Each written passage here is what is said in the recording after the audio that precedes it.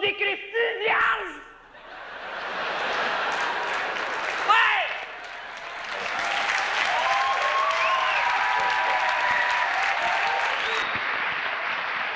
3 choix de réponse.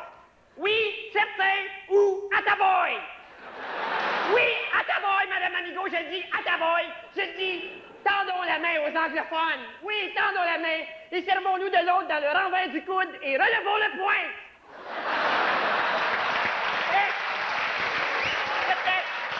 Je vois qu'il y a des anglophones dans la salle. Maintenant, en ce qui concerne les allophones...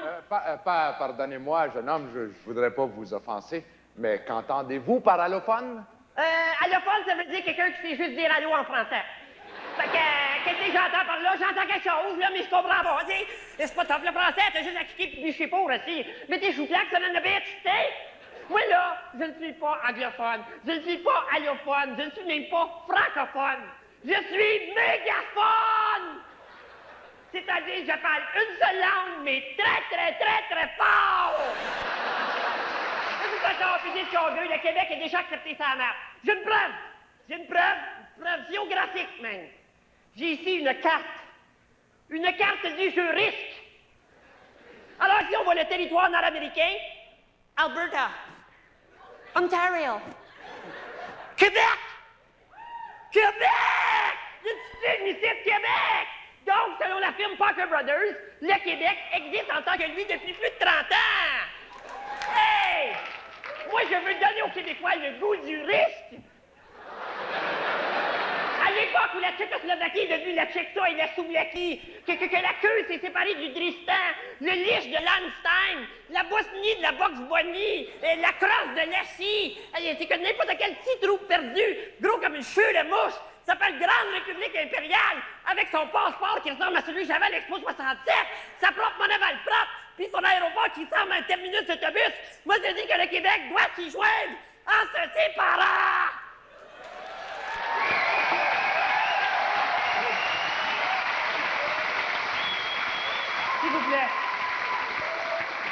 S'il vous plaît, devant cette conjoncture internationale favorable à l'émancipation d'un peuple, je réclame, non, je clame une déclaration unilatérale et historique de création paysagiste du pays en 97. Vive le Québec! Vive le Québec libre! Vive le Québec libre!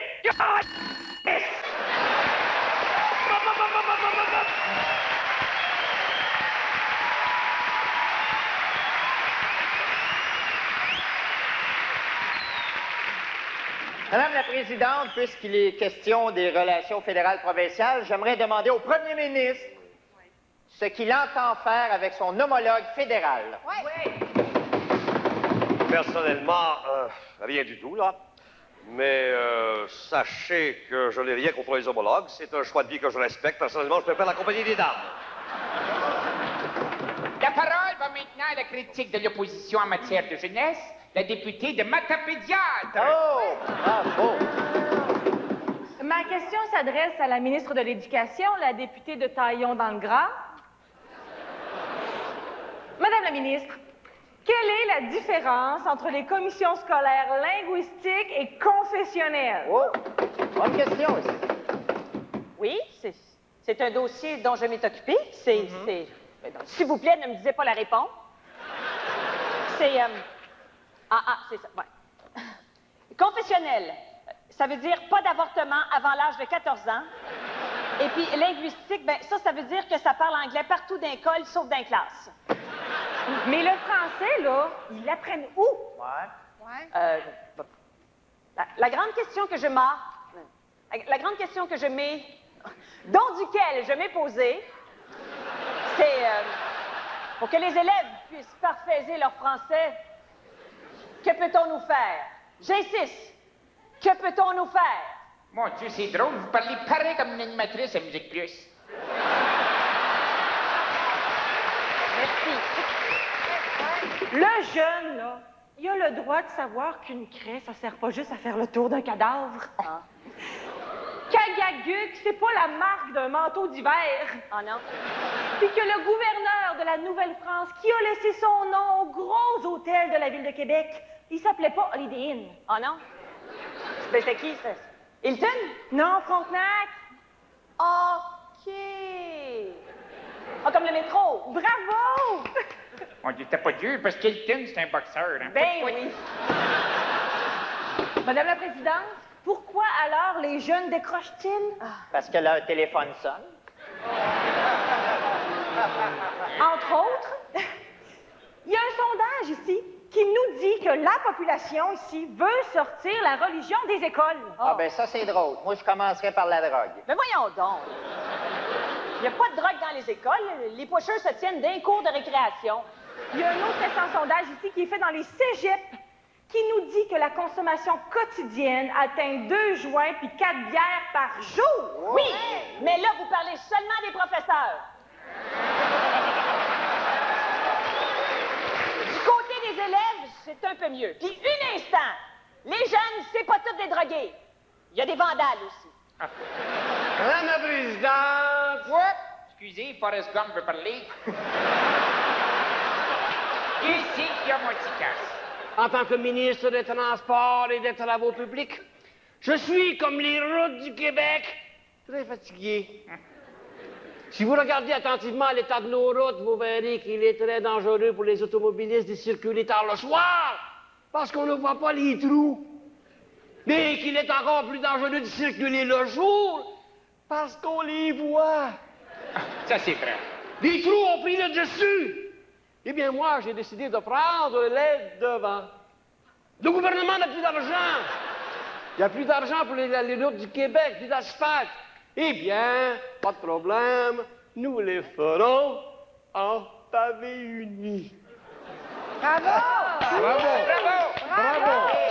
Jérôme, hey! Pourquoi pas les faire en terrazzo, tant qu'à y être? Hein?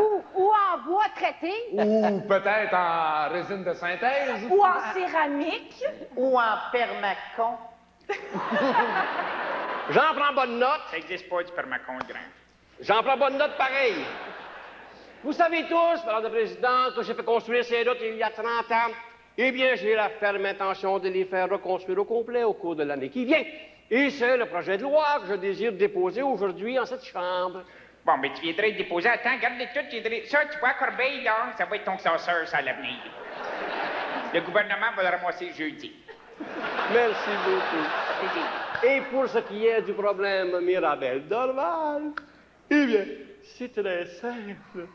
Les avions vont continuer d'atterrir à Mirabel. Cependant, nous allons prolonger les pistes de Mirabel jusqu'à Dorval. Pas faux. En tapis de mini-pot. Pourquoi pas? Avec un petit trou au bout. La parole va maintenant au député de la petite maison dans la prairie. Oh, bravo. Allez. Alors, bonsoir. Ça va bien. Je suis Louis-Paul Berthelet Junior. Donc, certains d'entre vous me connaissent par mon père et les autres pour m'avoir éteint des cigarettes sur la tête. Mon père, Louis-Paul Berthelet Senior, qui a siégé dans cette chambre pendant plus de 35 ans. D'ailleurs, papa a occupé 10 mandats, dont 2 après sa mort. Oui, papa était un homme dur, mais tout le monde se souvient de son sourire, hein? C'est arrivé le 12 novembre 1964. En tant que membre de l'opposition, j'imagine qu'il faudrait que je m'oppose à quelque chose. Hein? Ben, disons que ce serait préférable. Oui, OK, c'est bien ce que je pensais. Alors, Monsieur le Premier ministre, j'aimerais vous parler d'un certain groupe de lobby. Allez-y. Oui. Alors, on est un groupe à se demander, c'est quoi l'idée d'avoir enlevé les Kit Kat de la machine dans le lobby? Innocent. Je vais retourner jouer sur le banc. Ouais. Je m'écoute. Je m'écoute. Monsieur le Premier ministre, que comptez-vous faire avec le déficit? Un déficit, un défi. Là, on est capable d'enlever des défis. Voyons. Bravo, c'est bien répondu. Oh, c'est extraordinaire. J'ai ici, moi, un dossier qui dit qu'il manque 245 millions dans les coffres de l'État. 245 millions. Combien? 245 millions. C'est sérieux, là. Qui a piqué les 245 millions? On vous a mal renseigné, monsieur? Voyons, vous avez mal renseigné, monsieur. Excusez. Ce n'est pas 245 millions. C'est 324 millions. Voyez comme vous avez mal renseigné? De toute façon, monsieur, le gouvernement n'a pas de leçon financière à recevoir d'un citoyen qui compte déjà 3 faillites personnelles à son actif. Madame la Présidente, je m'insurge. Les 3 faillites personnelles dont vous parlez, je les ai pas faites sous le même nom. Pendant que le gouvernement rampe à 4 pattes, à genoux devant le fédéral, le Québec se fait voler par le fédéral, hein? Mais comme on se fait voler, il n'est pas venu à l'idée du gouvernement de faire comme tout le monde, de booster la facture puis d'essayer de fourrer les assurances. Ah ouais? Écoutez, le critique de l'opposition est bien placé pour savoir que les compagnies d'assurance sont pas si folles que ça, quand même. Il a dû avoir sa leçon, hein, quand il a réclamé pour le vol de sa soi-disant piscine creusée. Madame la Présidente, on remet en question mon intégrisme, là. J'aimerais dire au premier ministre que ma pseudo-piscine creusée n'a jamais été retrouvée. C'est ça. Jamais. Ça. Les voleurs ont dû la démanteler, là, puis faire des barboteuses avec les morceaux. Voyons donc. Peut-être. On va essayer ça, je suis pas fou. Madame la Présidente, juste un petit commentaire, comme ça me revient. Allez-y. J'aimerais ça savoir ce que le gouvernement compte faire pour favoriser l'accès des femmes à des métiers non traditionnels. C'est une bonne question, ça. Excellent. Enfin, une question pertinente, une très bonne question. Jérôme. Mais vous avez raison. C'est une très bonne question. Merci beaucoup. Oh mon Dieu, la parole va à la députée de Matapédupier. Go ahead. Bravo. Merci, Madame la Présidente. Je serai brève. Tout ce que je voudrais savoir, c'est quand est-ce que les chics capitalistes verront leur pustuleuse soif du profit se transformer en peste bubonique qui ravagera notre gouvernement et les restes de sa carcasse putréfiée? Oh, la belle image. Vous avez jamais pensé qu'il y ait des cartes de fête, vous? Madame la Présidente, je sais que mes positions me rendent pas toujours populaire auprès de mes collègues. Bon, rarement populaire. Bon, OK. De toute façon, l'Assemblée a toujours eu de la misère à accepter une femme forte. Ça vous dérange, une femme forte? Hein? Ah, non. Vous me dérangez pas. Vous me faites peur, mais vous me dérangez pas. C'est pas du bus, c'est correct. Je le sais que vous m'haïssez, toutes vous autres. Déjà, en première année, quand je me suis présentée comme présidente de classe, mon adversaire a fait exploser mon sac d'école. Puis je l'avais encore dans le dos. Pour payer mes études, j'ai été goûteuse chez Dr. Ballard. Puis la fin de semaine, c'est moi qui sortais le poulet de la friteuse chez Kentucky. Puis il me donnait même pas de pince. Oui, la vie m'a endurci. Mais faut pas avoir peur des femmes qui prennent leur place. Pensez à Indira Gandhi qui a gouverné une nation, à Marie Curie qui a découvert le radium et à Cléopâtre qui nous a donné un des meilleurs Astérix. Moi, au sein de ce Parlement, je me considère un peu comme Jeanne la Pucelle. Par conviction et aussi parce que j'ai plus de chances de mourir brûlée sur un bûcher que de me faire un chum. Et c'est pour toutes ces raisons que ce soir, j'exige des élections! Oui, des élections. Oui, ça aussi.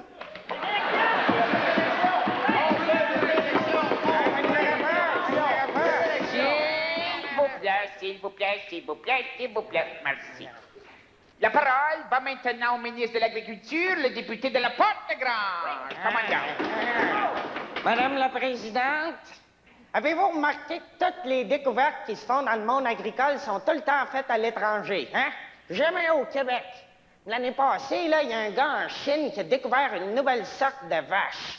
sais, une nouvelle sorte d'insecte, je pourrais comprendre, mais une vache, c'est tellement gros. Elle était où les 5000 dernières années? Cachée en arrière d'un arbre? Un village d'innocents qui a trouvé ça? Hey, père, je pense qu'il y a une vache de cachée en arrière de notre maison. Hein? On a une maison? Ben, nous autres aussi, on pourrait en découvrir des animaux. On en a, nous autres aussi, des imbéciles. Surtout en campagne, là, c'est pas les épais qui nous manquent, hein? Ben, c'est ça que mon père me disait, là, quand j'essayais de traire un bœuf. Oui. Justement, parlant de bœufs, que comptez-vous faire à propos de la vache folle? Je sais pas, peut-être on pourrait l'envoyer voir un psychologue. Peut-être elle est pas folle, peut-être elle est juste déprimée ou alcoolique. C'est pas de sa faute, hein? Peut-être elle s'est fait abuser quand elle était petite. Faut pas les juger comme du bœuf de catégorie A. Pas juste ça qui compte dans la vie. Il y en a d'autres qui sont bons dans les sports. Maintenant, passons à mon projet de loi. J'ai mis sur pied des méga porcheries. C'est quoi ça, des méga porcheries? Ben, c'est des porcheries, là, à plusieurs étages. C'est rempli de cochons qui font rien d'autre que manger, boire, dormir, engraisser puis se reproduire. C'est comme un bloc appartement à Pointe-Saint-Charles, finalement. Hey, c'est chien en maudit, ça, pour les cochons.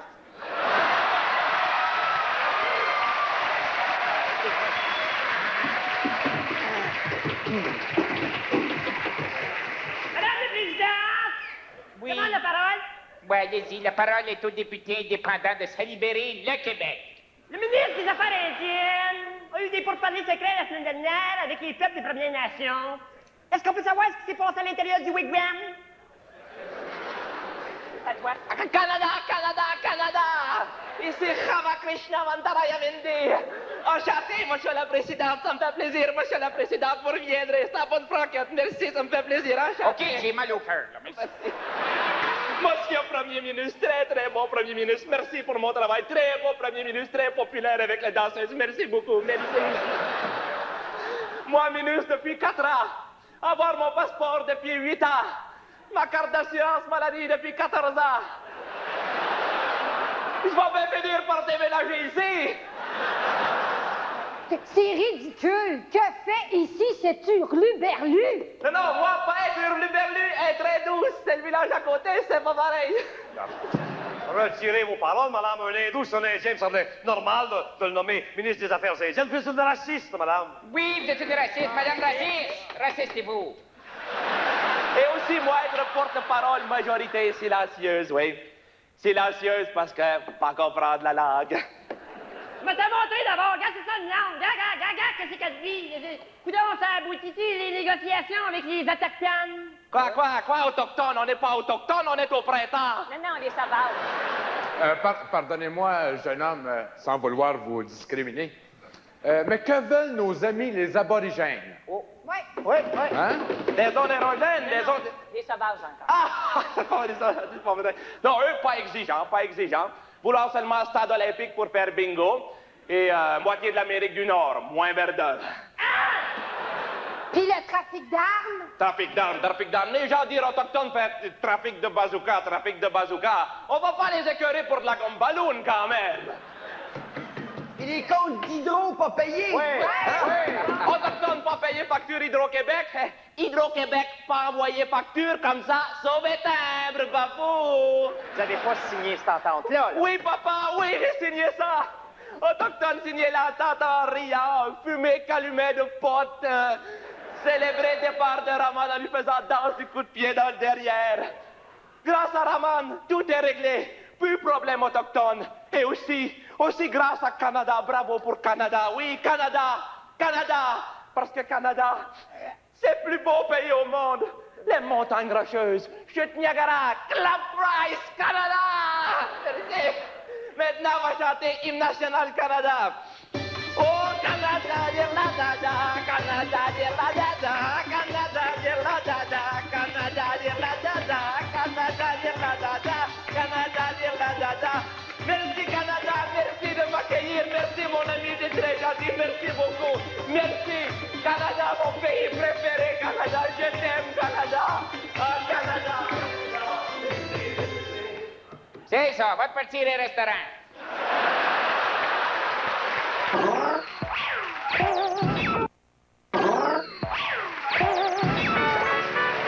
La parole est maintenant à la ministre de la Santé, la députée de Sauvé-Lévis.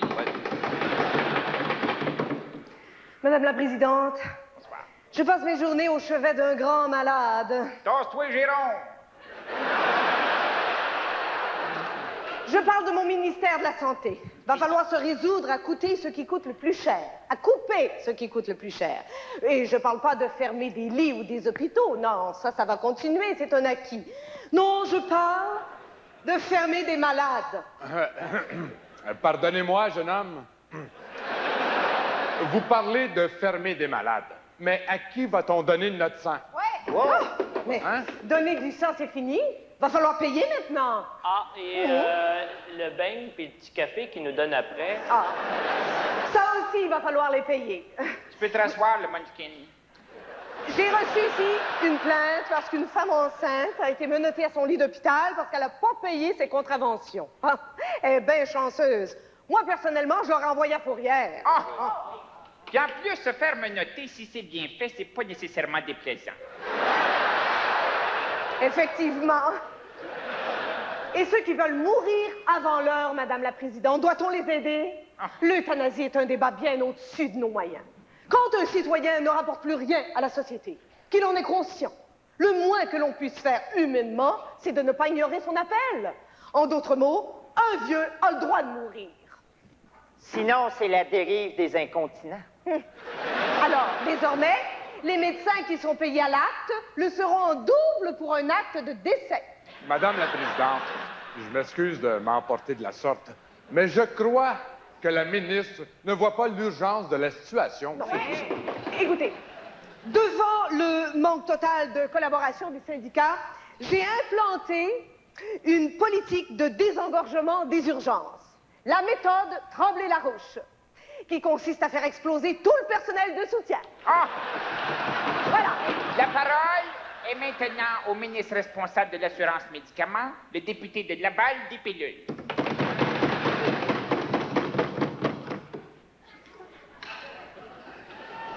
Quand vous êtes prêt. Madame la Présidente, Monsieur le Premier ministre, chers collègues, adversaires politiques, secrétaires, portiers et 2 pelletés de raisins secs, bonsoir.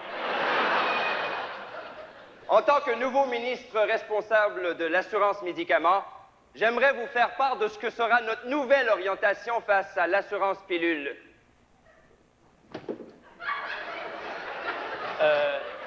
Excusez-moi d'interrompre votre collation, là, mais les médicaments dont vous nous parlez sont testés sur des animaux, hein? Un beau petit lapin là, qui sautille dans l'herbe et qui dit que ses grands yeux bleus qui veut vivre. Tu peux te rasseoir, mon petit lièvre? Monsieur le député de la petite maison dans la prairie, j'aimerais vous rassurer en vous disant que ces produits ne sont plus testés sur des animaux, car ils sont maintenant testés sur ma famille. Moi-même, je suis sur un programme et je m'en porte très bien. Skippy! Attention à la voiture! Non! Elle va s'écraser! Il est correct, il a traversé, il est correct!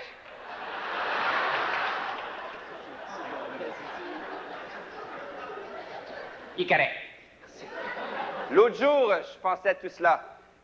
J'étais installé dans un lazy boy. J'étais nu. J'avais ouvert une bouteille de Malox. J'écoutais Urgence à la télévision. J'étais chez Sears.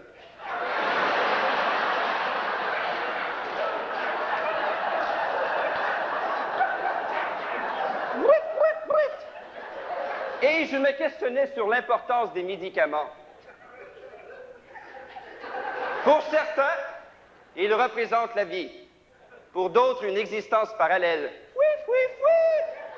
Eh bien, moi, je vous dis qu'un bon mélange de morphine avec quelques Valium est d'une bonne source de plaisir au travail, au repos et dans les loisirs. Qu'est-ce que vous pensez de ça, Monsieur le Premier ministre?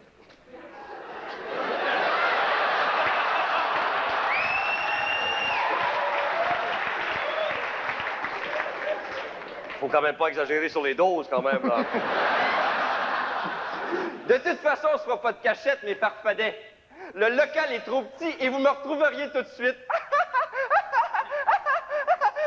Non, papa! Je veux pas me déguiser. Maillez pas ce costume-là, maillez pas. Qu'est-ce que je disais déjà? Monsieur Pruitt ou Fouit, j'ai pas trop compris. Le réseau informaticien des pharmacies est paralysé au niveau de son bassin. Allez-vous le réparer? Non. Autre question, ami Thériault? Non. Donc, en résumé,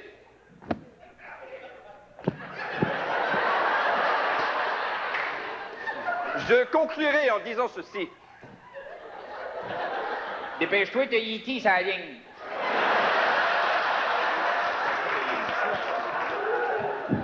C'est vrai que le système a connu des ratés, Madame la Présidente. Mais des ratés, on en trouve dans tous les partis. Madame la Présidente, l'industrie du tourisme est dans le trou, Madame la Présidente. Et j'aimerais savoir ce qu'en pense le ministre. Le monde, les touristes ont peur de venir à Montréal. C'est rendu qu'il y a plus de robineux que de calèches. Bon, d'accord. Alors, le droit de réplique au ministre du Tourisme, de la Chasse et de la Pêche, le député de Masson-Côte, puis ça tue. Madame la Présidente, là, voyons donc. C'est pas vrai qu'il y a trop d'itinérants à Montréal. Ils sont juste trop faciles à reconnaître.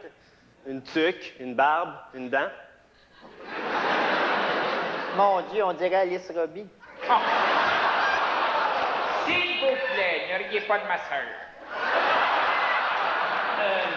Je m'adresse maintenant à la portion chasse et pêche de votre carte d'affaires. Vous dites écologiste et pourtant, vous encouragez la chasse aux orignaux. C'est vrai. Au contraire. Je dois dire à cette Chambre que la chasse à l'orignal est de moins en moins populaire au Québec. En effet, un récent sondage effectué en 1973 indique que le 2/3 des orignaux ne sont plus du tout intéressés par ce sport. Oui, mais ça ne ramènera pas à la vie les 429 orignaux qui ont été tués par une voiture sur la route 132. C'est vrai, ça, exactement. Peut-être, mais j'ai une excellente nouvelle à ce sujet. Cette femme au volant a été arrêtée hier après-midi. Oh, bonne nouvelle. S'il vous plaît, le plus choquant là-dedans, c'est que je conduisais même pas vite. Madame la Présidente, le ministère de la Chasse et de la Pêche a pas de cœur. Il laisse les écœurants de chasseurs faire bobo aux animaux. Moi, là, quand je vois un mononcle de Bambi là, attaché après le haut d'un pick-up, ou encore un petit poisson des chenaux là, qui se baigne dans l'eau frette, avec même pas un petit canard d'eau chaude pour le réconforter, je trouve ça épouvantable. Il y a personne qui t'écoute, mon petit pire. Ben, il y a vous. Tu seras surpris. La parole... Tu peux t'asseoir, mon Philbert. La parole est au chef d'opposition, le député de Bonaventure électronique. Ouais. Madame la Chambre. Oh. Merci. Nous vivons dans une société où l'abus de pouvoir est partout. C'est même rendu qu'il faut dire aux fonctionnaires, s'il vous plaît, aux policiers, merci, et aux juges, bienvenue.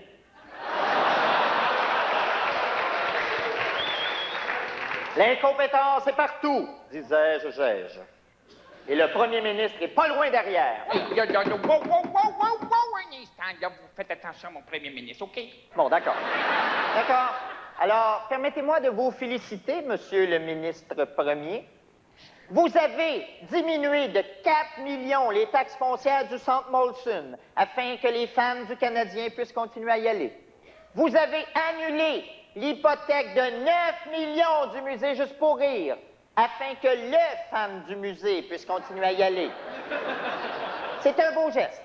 Le geste gratuit, oui. C'est-tu pour ça que les taxes de ma maison ont augmenté de 40 cette année? Ouais. Non, c'est parce que vous avez rénové le sous-sol de votre roulotte. Monsieur le Premier ministre, vous forcez les jeunes assistés sociaux à aller chercher eux-mêmes en personne leur chèque de BS. C'est scandaleux. Ouais. C'est une atteinte à leur dignité. Puis en plus, ça coupe leur sieste de l'après-midi en deux. Ouais. C'est tellement long maintenant d'être sur le chômage qu'à partir du moment où tu es éligible, ils te donnent une montre et un chèque de pension. Écoutez, c'est quand même pas de notre faute si les pauvres réussissent à vivre jusqu'à cet âge-là, quand même. Ah, c'est vrai. Et que dire du virage technologique, Monsieur le Premier ministre?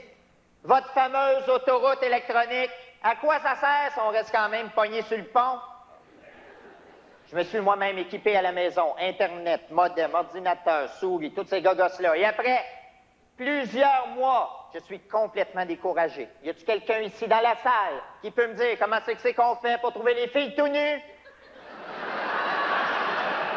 Sans payer?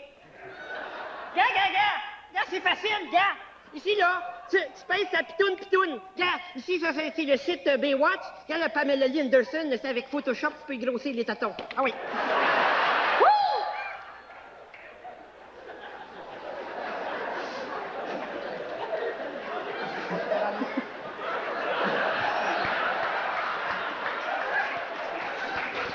Il y a des gars là-dessus aussi. On peut-tu le grossir le cerveau?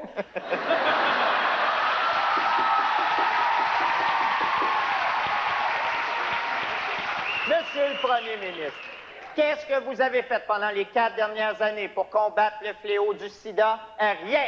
Faux! J'ai mis des condoms.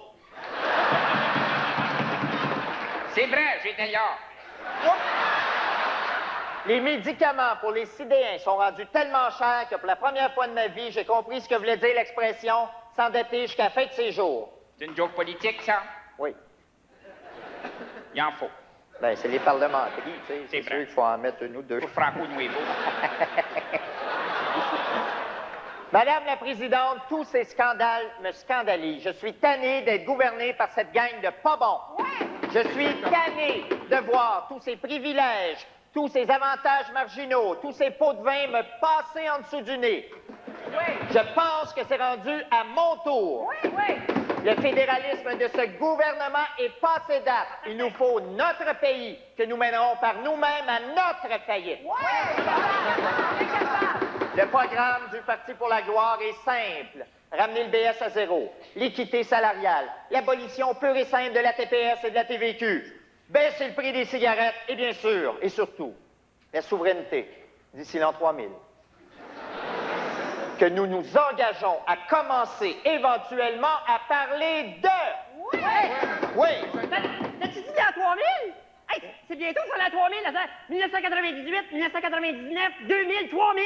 Dans 4 ans! Hey! Hey, je reviens avec vous autres, moi! Hey! Tape là-dedans, capitaine! Allez, boy! Je le savais, Damien, qu'on travaillerait ensemble un jour. Musique. Avec le gouvernement actuel, les grands choix de société se jouent à tête ou bitch. Mettez-moi à la tête de l'État et vous allez voir comment je peux être bitch. Notre slogan, votez maintenant et payez plus tard. Et peut-être un jour, pourrons-nous voir tous ensemble se déployer fièrement au bout du bras canadien le doigt québécois. On veut des élections! On veut des élections! On veut des élections! On veut des élections! On veut des élections! On veut des élections! On veut des élections! Je suis un grand démocrate. Nous vivons en démocratie. On va faire des élections! Oui! Des élections!